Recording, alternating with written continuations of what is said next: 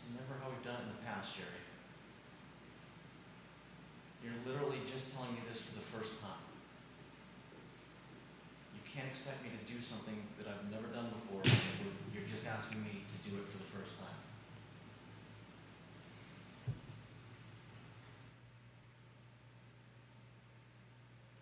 You ready?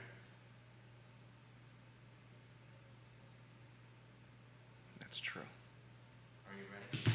No, not yet.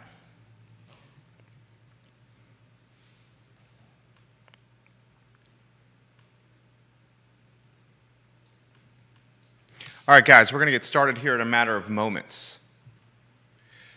We're going to talk with Peter Krebs from the Piedmont Environmental Council on today's program. Excited for that interview on the show. All right, Judah, we're ready to go. Quiet on the set.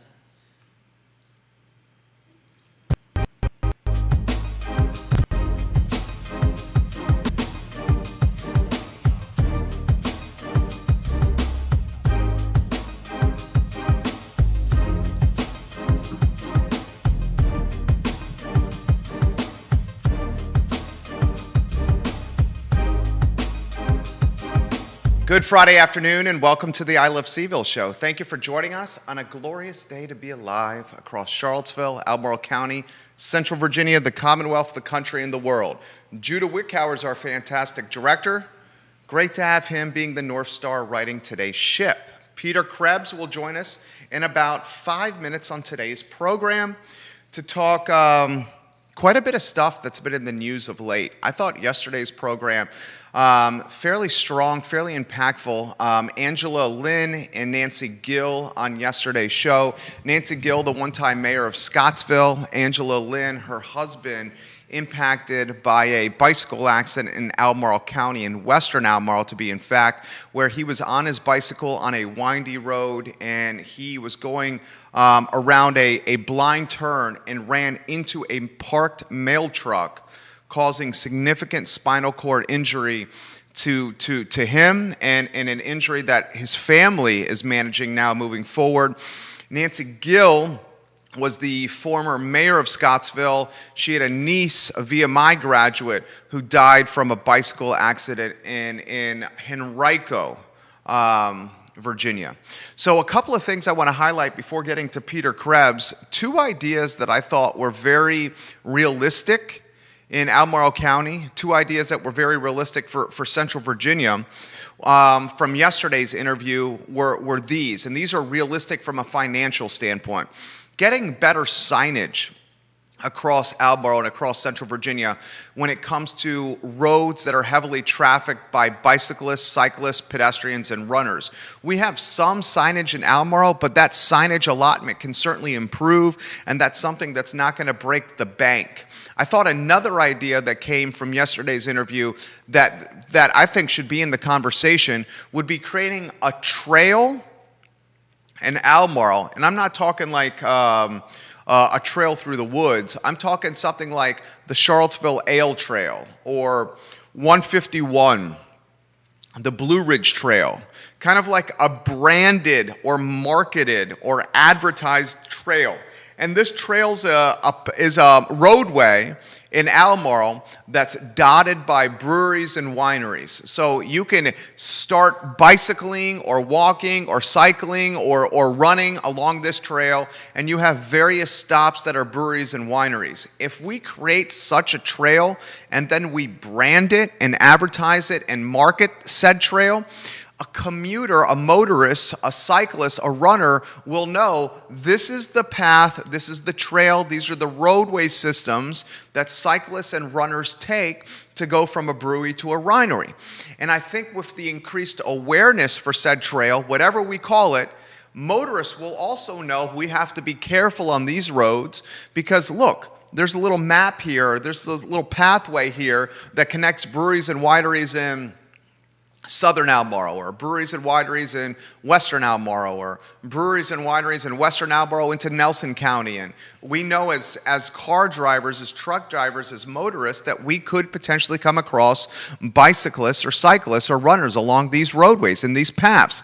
That'll be something I bring up with Peter Krebs of the Piedmont Environmental Council here in a matter of moments. We had Neil Williamson and Sean Tubbs on a show we did this morning called Real Talk. And that show now archived, or will be archived, on iloveseville.com later today. I would encourage you guys to watch that show with Sean Tubbs and Neil Williamson and Keith Smith that I thought was fantastic. I mean, you have two journalists, and Neil and Sean, that know the community better than most. Their institutional memory speaks for themselves. And we talk zoning, we talk policy, we talk the engagement that neighborhood associations have, the influence that neighborhood associations have on the community.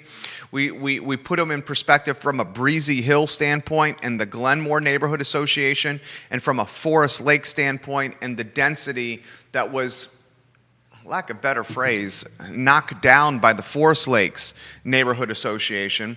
So a lot of good information on that show that's archived wherever you get your podcasts, wherever you find your social media, and of course on iloveseville.com. I think you're going to find today's interview equally as compelling with Peter Krebs. And Peter is a name that I've known from social media and from the Piedmont Environmental Council. And I'm very, very excited to interview this community organizer. We have him on the line now, Judah Wickower. So Peter, I want to get into what the Piedmont Environmental Council is and some of the initiatives that you support. Before we do, how about just you, the man? Peter Krebs, who are you, your passions, your hobbies, your interests, before we talk shop? Hey, so thanks for having me on the show. I'm so excited to be here. I grew up in Silver Spring, Maryland. My wife grew up right outside of Scottsville. We've lived a whole bunch of places, DC a bunch. I see myself as a DC guy. Then we lived in New York, and we've lived in Charlottesville since about 2009. I live in Belmont. I'm a runner, a walker, a biker. I've got a kid who's a junior at CHS. And I'm a person who loves the community, loves, hanging out with my neighbors and being a part of a pretty special place. Great intro right there, Peter Krebs. Bicycle safety in the news. We had the unfortunate passing of a city resident on Ivy Road earlier this week in a bicycle cyclist motorist accident. Yesterday we had Nancy Gill, former mayor of Scottsville, on the show, and Angela Lynn. Both of them are lobbyists for cyclist safety in Albemarle County in Central Virginia. Nancy had a niece that died in a cycling accident. Angela, her husband, serious spinal cord injury in a Western Albemarle cycling accident. So this is a hot topic now. Why don't we first start with this open-ended question? What does the Piedmont Environmental Council do first? Yeah, that's a great question.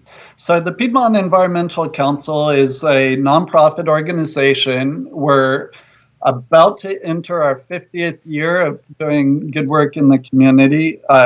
We work to preserve rural areas, keeping them in farms, forestry, and natural systems, and also promoting healthy, compact, highly livable communities.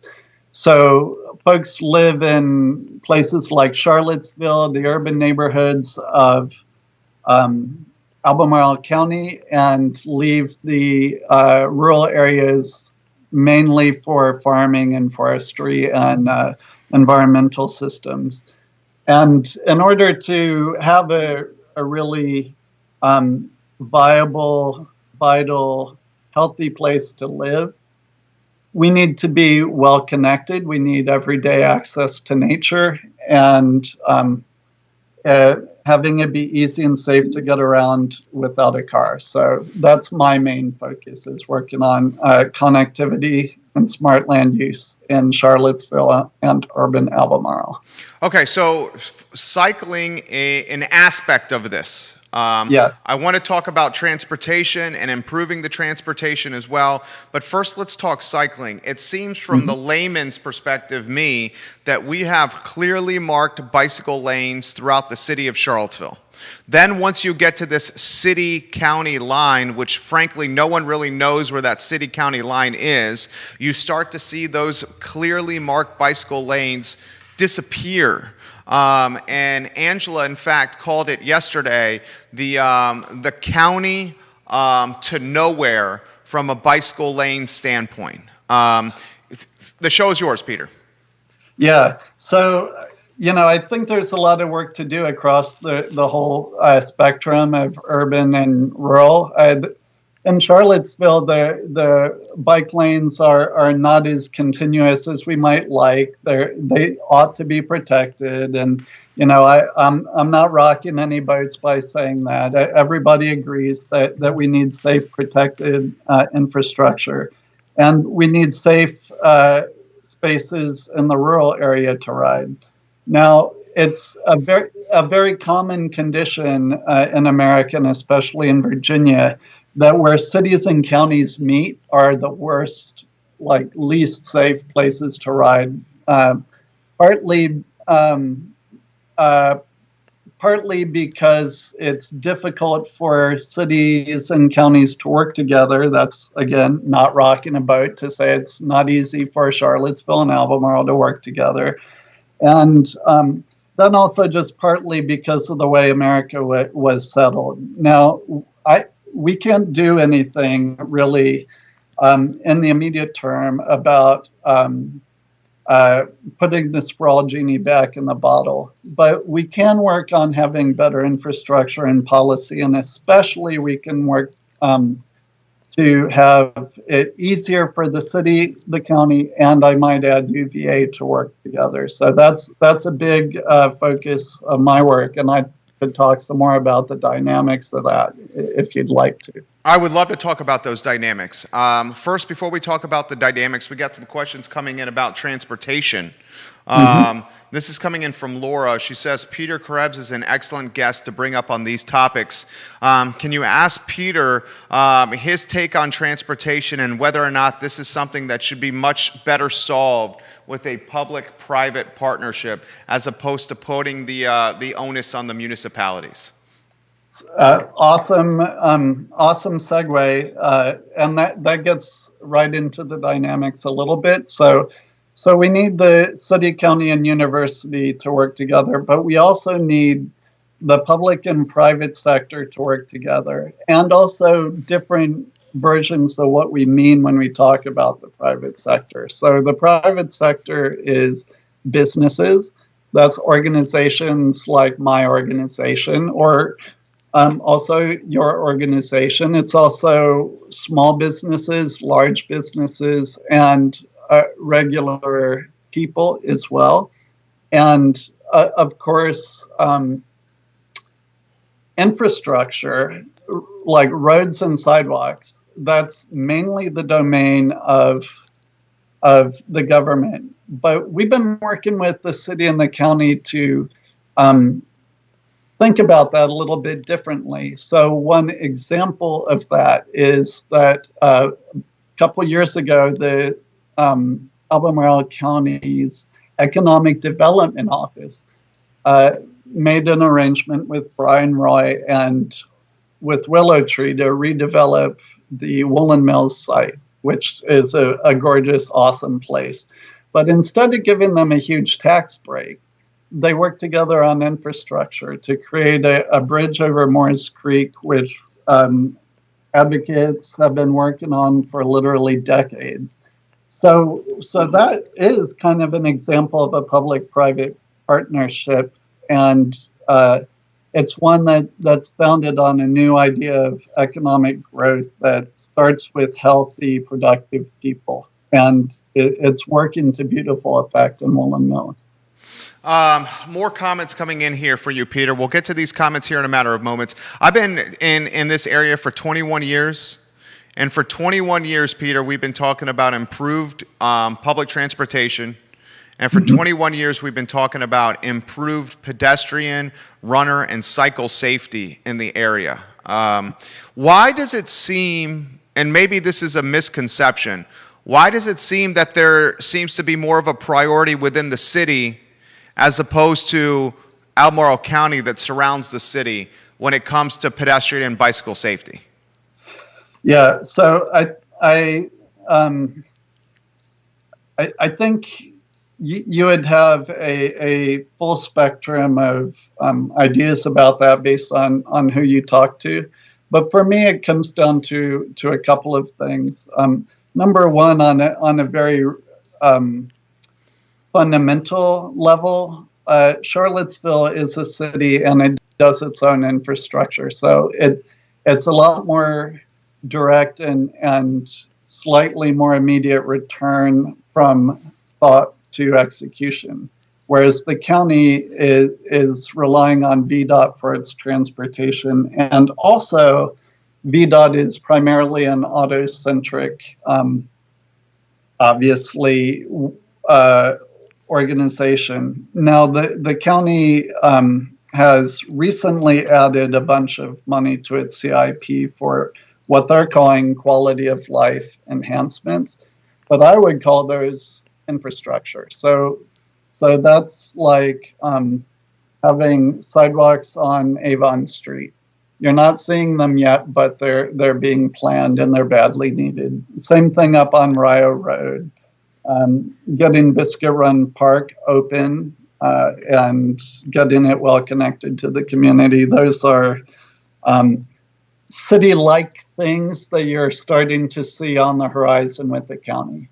What's the role of the Rivanna Trail in solving some of these transportation and or commuting conundrums? So I brought it up yesterday with Nancy and Angela. The Rivanna Trail does not go close to Scottsville and is certainly not a part of Western Albemarle, but this Rivanna Trail is very much in and out of the city and the urban ring within Albemarle, certainly north of the city and northern Albemarle. Have you guys thought of a plan to utilize the Rivanna Trail in some capacity? Yeah, so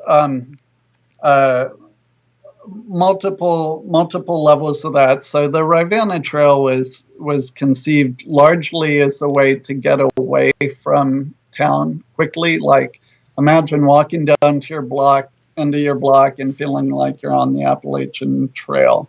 So it wasn't really thought of as a transportation resource, but now a lot of folks are saying, well, there are pieces of this that could really maybe be useful for transportation. So precisely as you mentioned, the northward spur that goes from, we'll say, the John Warner Parkway up toward Belvedere and beyond. The county has plans for a greenway connection there, or there are some sewer lines in the region that are flat and maybe suitable for being used as a walking and biking corridor. The trail at Riverview Park is sort of a proof of concept of that. Or that little piece of greenway along McIntyre Road, Shanks Greenway, that too was a trail that was built on a sewer line as a sort of proof of concept. And then that sort of launched the John Warner Parkway Trail, which is extremely popular. And that is indeed a suitable transportation resource. So I do think we're seeing a bit of a transition, and my only sad thing is that it's frustratingly slow. It takes a long time. So could we see the right? So what would be the best use of the RT? Do you think? I mean, would it be strictly cyclists, walkers, pedestrian as a way to potentially get them off of busier roads for added safety, or is it optimized in a different manner? So for me, that optimization would be having what we call a braided system, where you have a facility that's appropriate for walking and biking, pushing a stroller, being pushed in a wheelchair, right? We're thinking about like 8-month-old to 88 years old, that. And then nearby, a more rustic experience where it's maybe up and down and going through the woods, and a more sort of hikerly experience. Again, the John Werner Parkway has that, where you have a road nearby, but not on it. You have a 10-foot wide paved asphalt path. And then winding through the woods along the creek, you have a single track rustic footpath. That would be the most optimal. And we can't do it everywhere because of terrain, but there are certain opportunities. Our guest, guys, is Peter Krebs from the Piedmont Environmental Council. How about some insight that you can offer with the Albemarle County Municipality and the autonomy or lack thereof it has with its roads in the county? We were talking yesterday, or one of our viewers made this comment yesterday. Can't Albemarle just choose to widen the roads 6 feet on either side to get a bike lane on every side? And then Nancy and Angela have said, unfortunately, it's not that easy. VDOT has a lot of say into what's happening. And on top of that, you have the extremely costly expense of underground utilities and or easements that could potentially be needed to widen these roads if they get into the land of property owners next to said roads. The whole topic to you, Peter. Okay, so I would say most of that is true, except that because the county doesn't have an actual road building public works department, it's not the case that VDOT has a say. It's more like Albemarle County has a say about its own roads, and VDOT actually owns, operates, and builds the roads. And so having something like Albemarle adding a road building public works department is way above my pay grade. I don't even know how to contemplate that.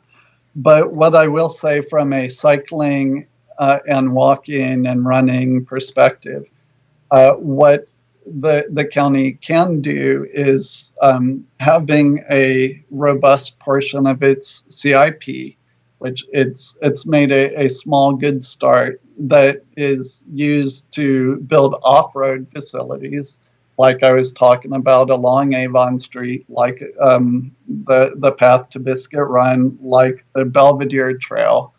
The county can build that. It can work with its parks department to do parkway connections, like the Biscuit Run connection. And also it can work very aggressively with VDOT to apply for grants and paying attention to the rural paving schedule and the like as well. One thing I've been hearing a lot about lately, and it relates to something I heard earlier on the show about connecting wineries and having a sort of like a branded trail, for example, but having a distinctively rustic experience through the use of gravel roads, like sometimes not adding more infrastructure is the right thing to do. I'm hearing a lot of chatter in my community about being careful about maintaining gravel and the rural characteristics of certain roads, because a gravel road is going to be a slow road and probably a safer route. So thinking about stringing together destinations through primary routes, but maybe more so through low stress routes that Again, Do you like that idea? Yeah, I mean, as a runner, one of the reasons that we love being here is because there are great places to go run in the rural area. I love going out on like Dickwoods Road or Ridge Road, and east of town there's Green Springs, and south of town there's Keene, and good places to get out of town that are right nearby that are quiet.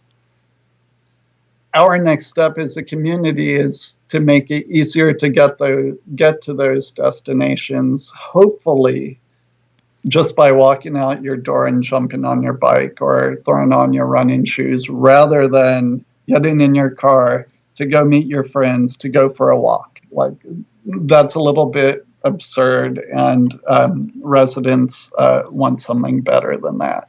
Okay, well, I'm learning a great deal from you already, and I would imagine a key part of your role is to educate the community on various ideas that are being considered, basically serve as an evangelist for these ideas. And I've announced that I'm going to run for Board of Supervisors in the Scottsville district. So I'm taking the ideas, I'm learning from our guests and trying to bring the best ideas into the platform to get more amplification behind them. So the idea that Angela and Nancy were presented yesterday was if we can create a branded trail. Andre Xavier's watching right now. He says Route 231 would be perfect for this. Andre, no, I think it's a great idea. No coincidence that his brewery, Patch Brewery, is going to be located off 231. So Andre Xavier, I appreciate your chutzpah there. I mean, if you're able to get something that is called the Albemarle County Cycling Trail, and we're able to allocate taxpayer dollars to have more signage on those trails, and then we're able to create a website and a threefold pamphlet that folks can have where these are the breweries and the wineries you can stop for lunch, for drink, to rehydrate, to use the bathroom, to spend some money as well. I would think that local government could get behind that and use taxpayer resources for that. And even potentially more importantly, if this trail gets enough awareness, then motorists who do happen to be utilizing their vehicles on this trail at least have the common sense to understand that there's going to be a lot of bike riders and runners and walkers here. Yeah, so I think you're right on the money from the perspective that economic development begins with healthy bodies, like food and drink and fresh air and all of that stuff is a moneymaker. It's you get a good return on investment spending money that way. We have to work on awareness, and we have to work on policy, but we can't not do the infrastructure, because even imagining that we get a situation where everybody's driving real carefully, everything's well marked. There are many people that would never walk or bike on, we'll say 250. Like if 250 just had a wider shoulder, folks wouldn't take their grandkids there. We need places where someone can be in their wheelchair or in a stroller and feel like totally safe, totally in the mix. So while I agree that in the short term we could use signage and stuff like that to direct people to low stress routes, or to, shall we say, lower the stress level on the routes we have. I personally think that's like ought to be a pretty quick way to get some improvement. No amount of doing that is going to make the roads equitable for people across age and ability. And we really need spaces that are available for everybody, regardless of disability or age or youth or any of that stuff. So are you advocating then for the potential closure to motorist traffic of certain roads that are not highly trafficked, or roads that we can say no vehicles here, these are for cyclists and runners only? In a very small scope, I think it would be interesting to consider allowing certain neighborhood streets to be for residents only, limiting through traffic on those. And you see it all across the country, like on a Sunday, for example, they'll put up temporary barriers and allow only or limit through traffic on a neighborhood street, you might say. In a sort of big gesture, rural way, I think it would be simply saying that we should be circumspect about not doing improvements that are designed to speed up traffic, because high-speed traffic is dangerous. Is what yes, we know the data shows us that speed is what is the problem. What do you? What's UVA's role here? We were talking yesterday that University of Virginia at the start of COVID had essentially a transportation line with a large share of their employees working in Buckingham and or southern Albemarle County.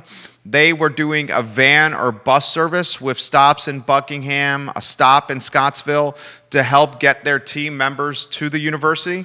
Now, unfortunately, COVID has kiboshed that in the short term. We're not sure if that's a long-term kiboshing. But what is the university's role here? Yeah, so, well, first of all, remembering what I said about how everybody has a part to play. And so UVA is the largest employer. So apart from their status as a university, they are a huge employer that has employees traveling from all across the region, as you pointed out, contributing to vehicle traffic and congestion and all of those things. So everything they can do to make it easier for people to commute in a smart way, whether that's by rideshare, as you mentioned, and also telecommuting, which I think a lot of people understand about telecommuting where they might not have 2 years ago. I think those things help. And then also, let's be honest, UVA is a huge player in the area. They're almost like a government, and I would like to see them contributing more to infrastructure. The whole West Main streetscape project, for example, really has a lot stronger chance of success if we could get UVA to make good on their commitment to contribute significant monies to that. So, again, it's policy and it's infrastructure, but we have to be working on both of those things. Where is the mindset? Is this a mindset that should be considered? I mean, I've come from the small and medium-sized business sector. I mean, I can go into my business and say, we're going to do this today, and the team responds, and we start acting on the plan of attack that I walked in and say we're going to do. It's much more difficult for a municipality or a university to do something like that. Is one of the ways we solve this transportation conundrum, is it maybe utilizing public dollars to incentivize a business or a private entity to create a better widget, for lack of better phrase, for transportation? I think that's certainly is a great way. That's what Willow Tree did. But also, I think there's a great business case for businesses apart from any kind of incentive. So I was talking to, when I first started, and forgive me, it's been a while since I had this conversation. I forgot the number the business owner cited to me. But he said that he spends something like $1,500 a year per employee just to park that employee. What if that employer said, you know what, I'm going to take away your parking space and I'm going to put 1,200 of those $1,500 back in your pocket. And I, as the business owner, am going to keep the 300, right? And you use that money to buy a bike or whatever. And so that's, I think, would be an example of how the business can do more and have it be a smart business move without any involvement by the government at all. I mean, I was brainstorming and prepping for today's show. You take somebody like, who I believe is still watching, Andre Xavier. This guy owns multiple businesses. One of the businesses he owns is Seaville Hop-On Tours. And they do these, essentially it's ride share to breweries and wineries. You know Seaville Hop-On Tours. I've been wanting to do it. I want this COVID thing to be over, only so I can do one of those tours. Like, I'm fine with the rest of it, but I got to get on one of those. So it's basically right up your alley. You pay for the seat instead of having to rent the bus in totality, which means the barrier of entry is much more affordable for everybody. And on top of that, it's up your alley again. We take a bunch of individual cars going to the brewery, and we put them all on a bus. So I guess where I'm thinking with this is the demand. And we eliminate drunk driving. Eliminate drunk driving, even most importantly. Well, thank you for emphasizing that, most importantly. So where I'm going with this is these buses are much more utilized, as we know, Saturday, Sunday, and oftentimes are sitting in very highly visible parking lots on Monday, Tuesday, Wednesday, Thursday, not doing anything. Like, can we not incentivize, like, this is just one example. It's not the end-all, be-all example. It's just one example. Like, incentivize these two gentlemen who have an established track record of success in small business and say, why don't we get these buses on the road somehow and work on getting some of the folks that are living in the outer counties that are doing this because the quality of life is good and probably most importantly because their cost of living is more attainable and affordable in the outer county. But that money they're saving is being wasted, if you may, by getting in a car, driving the 45 minutes to the epicenter of employment, and losing the money on wear and tear of the vehicle, the gasoline, all that 100%. stuff. Yeah. So essentially, we take the operating expenses of 15 people, each operating their own vehicle. And you just do it one time. You just are operating one vehicle. Now you're moving 15 people. It makes a whole lot of sense. And so the planning district is about to launch a big regional transit study to sort of relook at, in a fundamental way, how we're doing transit in the area.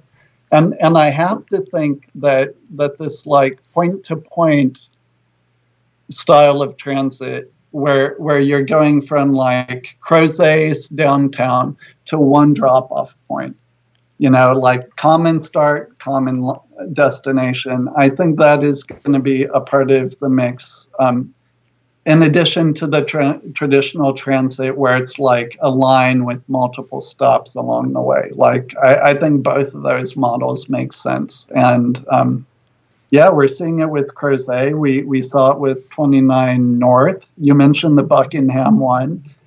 I could, maybe it exists already, but what about Lake Monticello?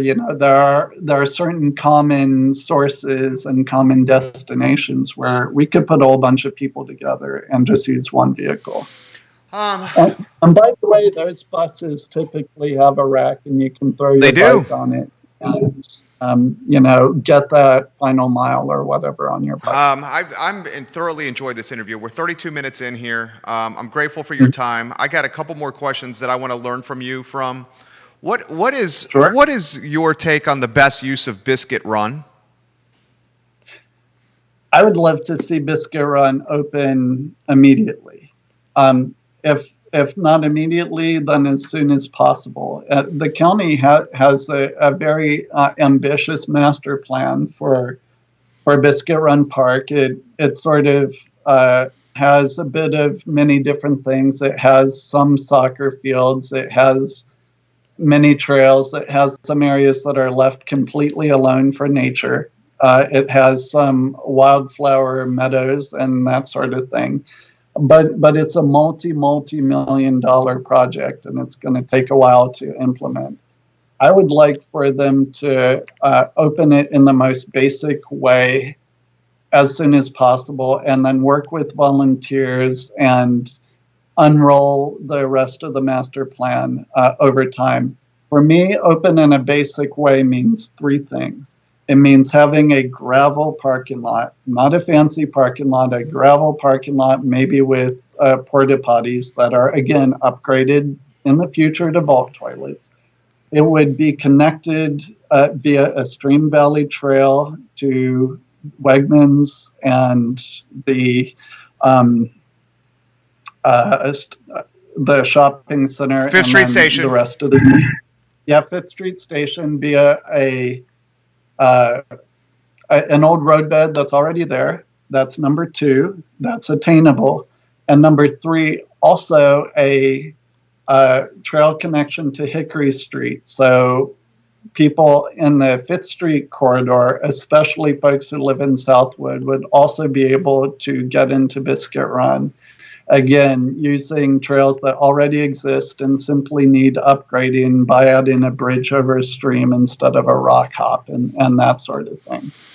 That's what I want for Biscuit Run, and I think we should be able to do it first half of 2022. Well, those 3 points that you made probably wouldn't require a ton of money, and the action plan is tangible and reasonable from a timeline standpoint.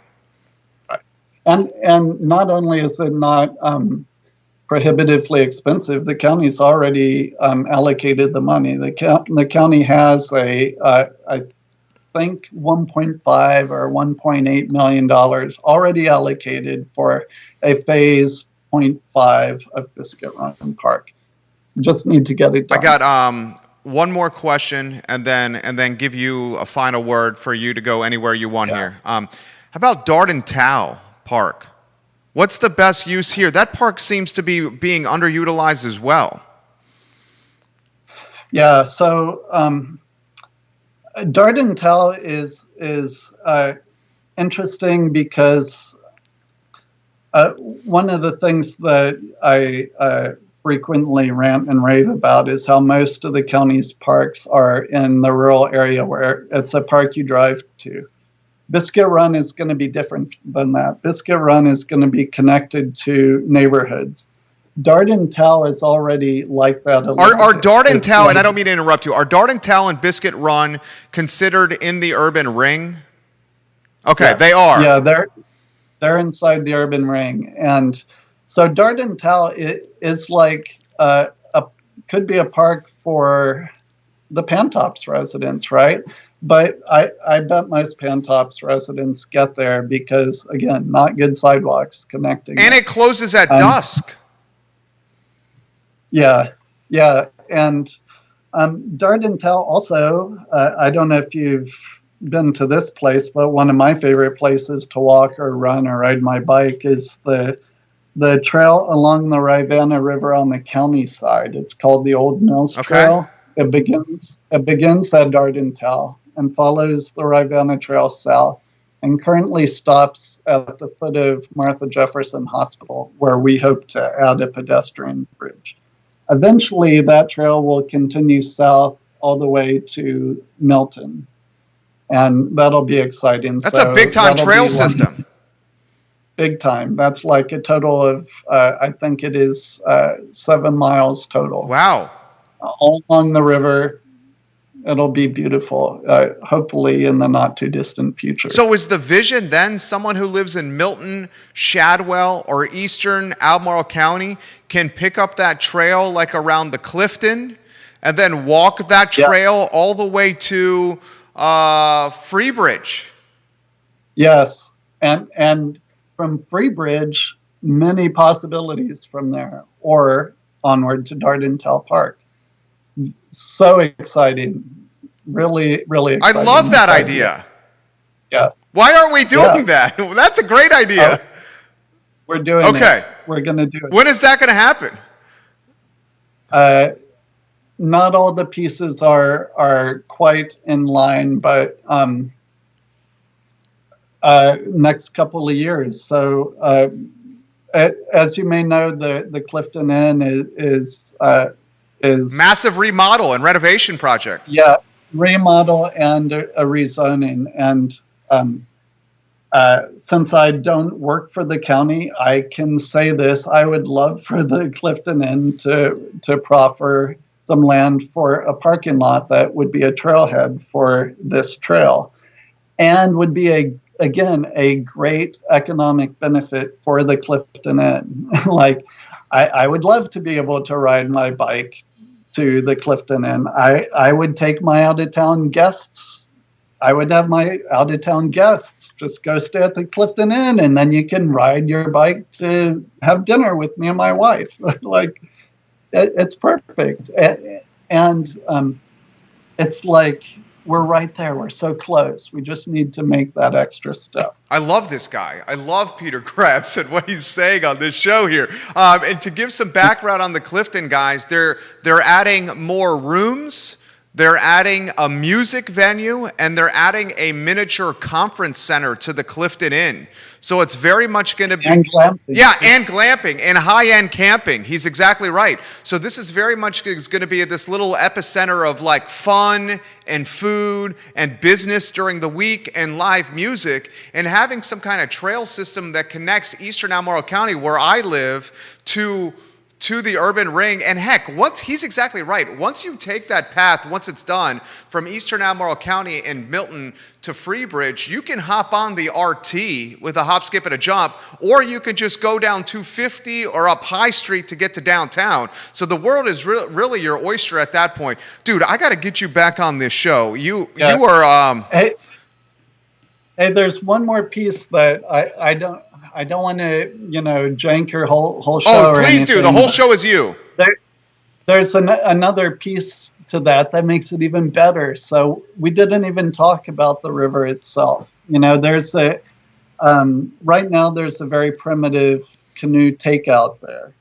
What if we had an actual boat landing there, so like folks could use the Ravenna River Company and tube down to the Clifton Inn, or a canoe, or one of my colleagues was talking about Ravenna River Company could have people float down and then use the same truck they're going to use to drive the boats back, drive bikes down, and people could bike back.